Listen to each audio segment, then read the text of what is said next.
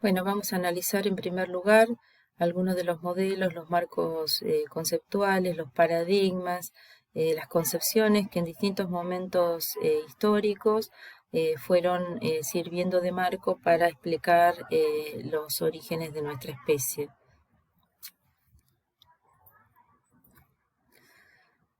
Durante 20 siglos, desde la cultura griega y durante toda la Edad Media, la concepción hegemónica fue esa concepción lineal, donde las distintas producciones de la naturaleza, en la escala natural de Aristóteles, por ejemplo, eran situadas de manera jerárquica, siendo el hombre la expresión terminal de esa jerarquía.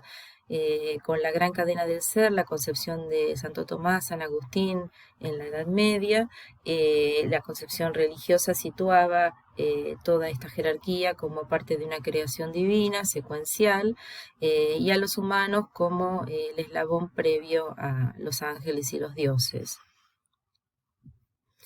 Recién a mediados del siglo XVIII, cuando Linneo estudia las relaciones entre las especies a partir de su sistema binomial, este sistema que todavía utilizamos de categorías cada vez más inclusivas, va, digamos, generando una cierta mirada de la naturaleza donde algunas de las características van, digamos, de alguna manera indicando que hay relaciones. Aunque Linneo era creacionista, su manera de mirar la naturaleza permite intuir que existen relaciones de descendencia entre las especies.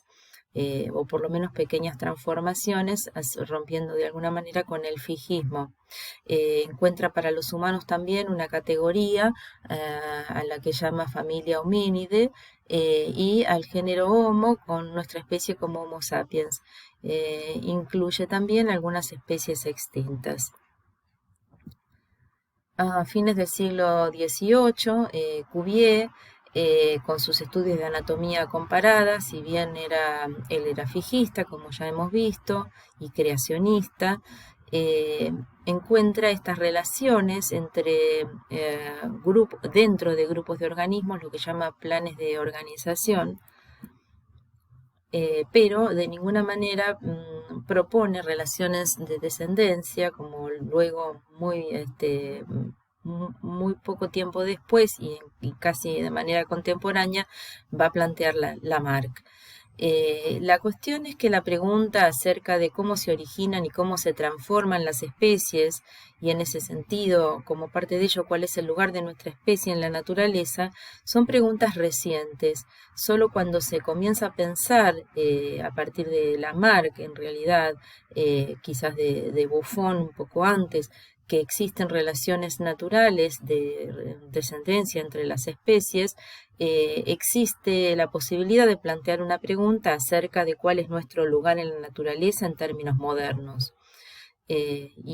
Bueno, es Lamarck el que en su libro La filosofía zoológica hace referencia a la evolución humana por primera vez, considerando la parte de esos mecanismos naturales que dan origen a todas las especies.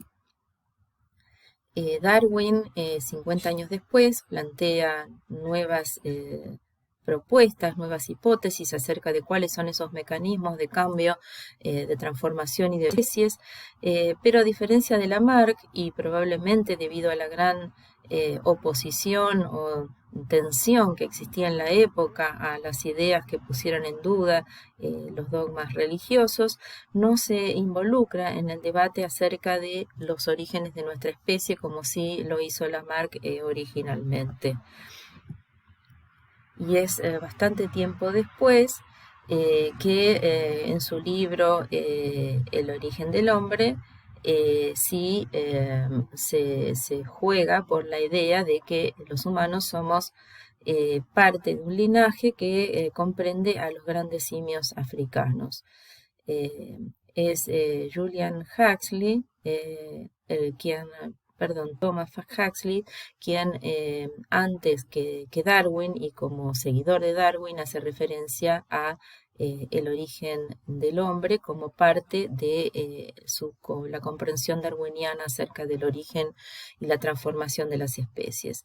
Se concibe entonces que hay dos grandes revoluciones para pensar nuestro lugar en la naturaleza. La primera, la revolución copernicana, que pone en duda la idea de un universo geocéntrico y pasa a situarnos como un planeta que orbita alrededor del Sol, y en ese sentido nos quita del centro del universo, y posteriormente la revolución darwiniana, que nos quita también de la cumbre de la creación al vernos como una rama más de un árbol que comprende a toda la biodiversidad pasada y presente.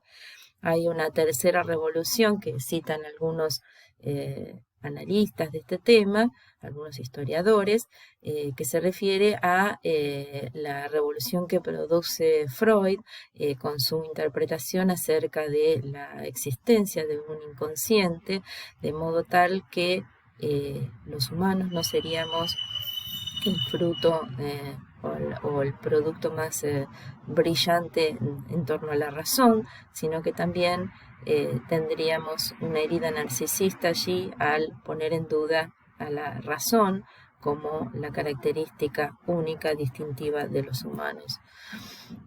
A fines de 1920, cuando ya la idea darwinista estaba muy instalada, sin embargo, persistían en la antropología ideas idealistas y metafísicas acerca del lugar de los humanos en la naturaleza. Raymond Dart, por ejemplo, un antropólogo, invoca que existen proporciones armónicas en el fósil encontrado en Sudáfrica, el niño de Town, como evidencia del lugar, de su lugar en el linaje protohumano. También Osborne, que era otro anatomista importante de la época, promueve el concepto de aristogénesis, como si hubiera una tendencia intrínseca en la evolución del linaje, una fuerza que orienta la evolución de la filogenia humana siempre hacia una mayor perfección. Y en el medio de estas concepciones metafísicas y antropocéntricas, se genera un episodio que va a asignar la historia de la paleoantropología de toda la primera mitad del siglo XX, que tiene que ver con el hallazgo de un fósil al que se denominó eslabón perdido, que fue hallado en una cantera de Inglaterra, en Piltdown, Sussex, en la zona rural del sur de Inglaterra.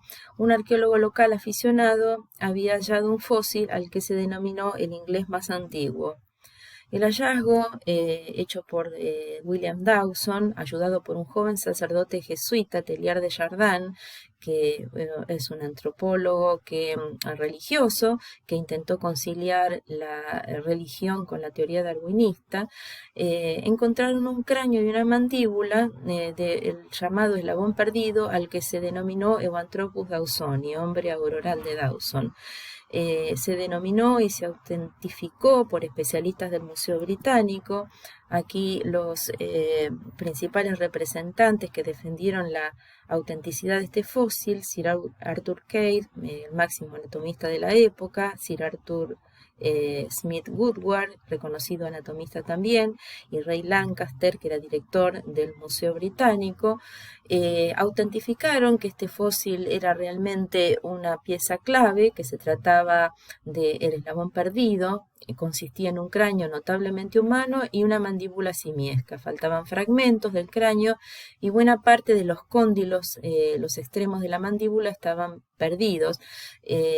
Por eso algunos científicos dudaron de la correlación que existían entre estas dos piezas, pero la mayoría de los científicos de la época se apresuraron en aceptar al hombre de Piltdown como un fósil legítimo y central en la comprensión de la evolución humana.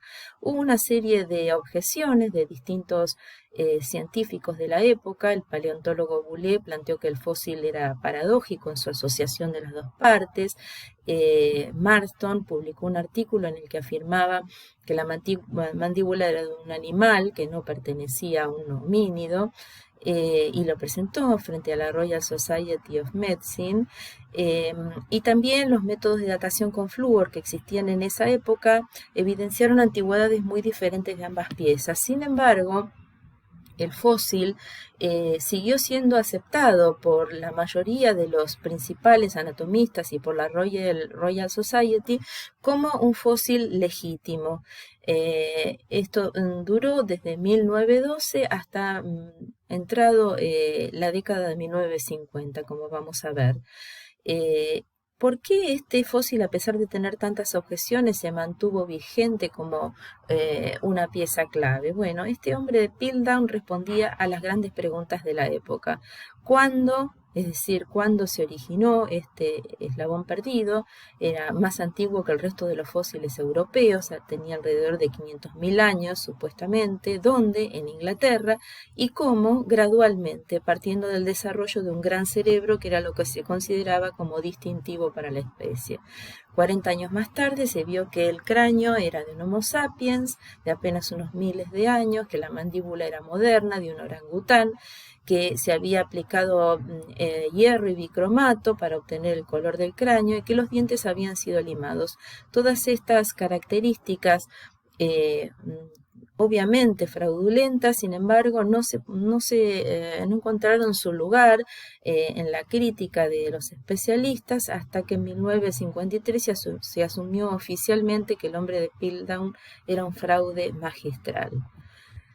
Y esto tiene que ver con la idea de un marco conceptual hegemónico en la época que legitimaba este fraude, dado que el fósil cumplía con todas las características que se esperaban para las hipótesis hegemónicas.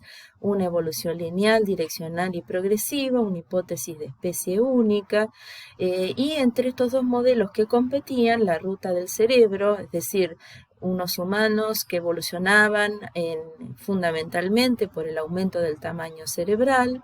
Los humanos, por otro lado, tendrían una locomoción bípeda, pero que habría sido adquirida secundariamente.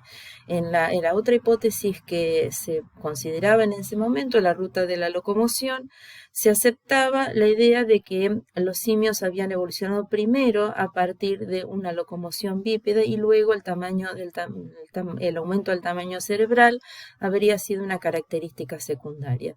La primera hipótesis gozaba de mucho más aceptación, dado que la inteligencia y el tamaño cerebral se consideraba nuestra característica distintiva y que nos separaba de todo el resto del reino animal. Así se excluyeron saberes importantes como el fósil de Australopithecus africanus, que se lo excluía de nuestro linaje por no tener un cerebro superior al de un chimpancé de su mismo tamaño. Y todo esto tiene que ver con un contexto de descubrimiento en el cual había ciertos supuestos como que el cambio tenía que ver con el progreso, una visión eurocéntrica, especialmente focalizada en Inglaterra, el auge del colonialismo y la concepción antropocéntrica del mundo natural. Esto se da en un contexto en el que se mostraban personas pertenecientes a etnias africanas en los zoológicos, en los museos,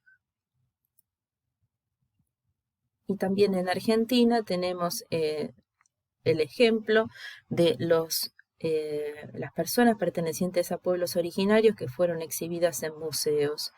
En el Museo de Antropología de La Plata se conservan todavía más de 5.000 piezas corporales, huesos de personas pertenecientes a pueblos originarios que actualmente y poco a poco van siendo restauradas para ser devueltas a los pueblos a los que pertenecían a partir del reclamo de las personas pertenecientes a esos pueblos y la sensibilidad de los investigadores que en ese museo comienzan a interpelarse acerca de los sentidos de la ciencia cuando se estudia la evolución humana. Esta es una muestra que se mantuvo hasta el año 60 en el Museo Americano de Historia Natural, que muestra cuál es la concepción acerca de la evolución humana, no solo lineal, sino también se muestra, como verán, la cabeza de un hombre negro como una etapa anterior en la evolución a la cabeza de un hombre blanco.